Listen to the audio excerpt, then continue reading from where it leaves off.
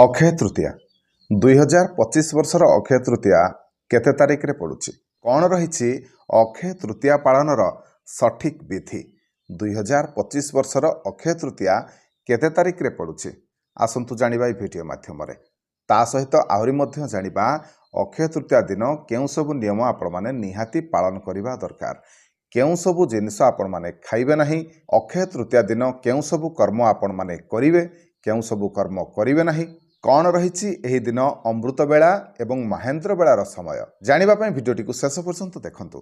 नमस्कार मु मनोज दास स्वागत आपण माननकु आजिकार ए भिडियो रे। अक्षय तृतीया आम ओडिया मानकर एक मुख्य पर्व खास करिकी कृषक मानकर चषा भाई मानकर जो माने चाष करते प्रथमे आसंतु जानिबा अक्षय तृतीया केते तारिख रे पड़ुछि अप्रैल मास 30 तारिख बुधवार दिन अक्षय तृतीया 2025 वर्षर अक्षय तृतीया एही तारिख रे पड़ुछि। तबे एही दिन से माने धान बिल रे पूजा करिथान्ते एही दिन से माने अखिमुठी अनुकूल करिथान्ते सबुठारु बड़ कथा हला एही अक्षय तृतीया दिन ठारू महाप्रभु श्री श्री जगन्नाथंकर नरेंद्र पुष्करिणी रे चंदन यात्रा आरंभ हुए। ओडिशा रे बहुत जगह चंदन यात्रा हुए से बळी हनुमान मंदिर रे मध्य रामचरित मानसर पाठ करा जाए माँ काली मंदिर रे गड़चंडी मंदिर रे चंडी पाठ करा जाए होम यज्ञ करा जाए सेहीपरि मध्य प्रभु श्री जगन्नाथंकर एही दिन रथ काम आरंभ करा जाए।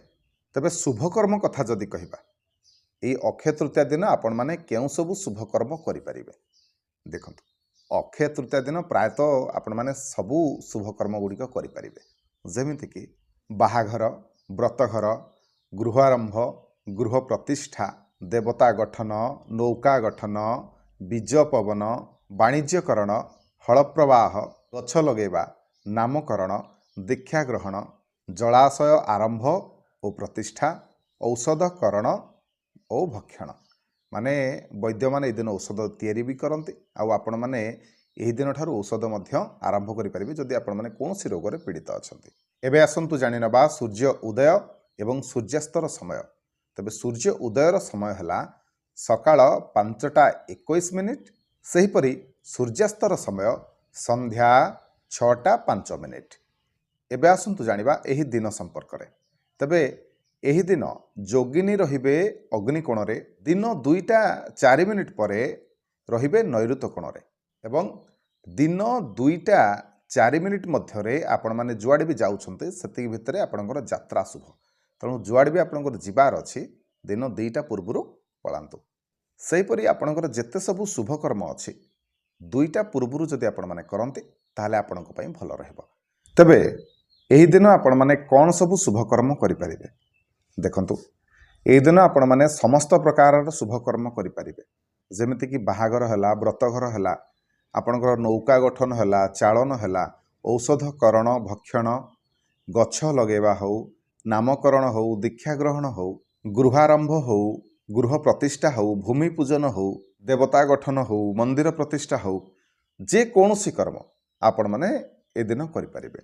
जदि अमृत बेला कथा देखिबा दिन 6:57 रु 11:45 भितरे जे कौनसी शुभकर्म आपण माने आरंभ करूछन्ते एई समय भितरे आपण माने करंतु। सेहीपरि जदि महेंद्र बेला कथा देखिबा दिन 4:13 रु संध्या 5:49 मध्यरे एहा हउची महेंद्र बेलार समय। तेणु आपणक पई भलो हबो आपण माने अमृत बेलार समय रे जहाँ भी आपणकर शुभकर्म अछि ताकू करिया पई चेष्टा करंतु जहाँ कि आपणक पई भलो रहिबो। आशा करछि आजिकार ए भिडियोटी आपण मानकु किछि ना किछि ज्ञान देई पारथिबो। भिडियोटी भलो लागिथिबो जदि भिडियो भलो लागिथाय ताले भिडियो को लाइक करिवे शेयर करिवे चैनल को सब्सक्राइब करिवे। रहिली जय जगन्नाथ।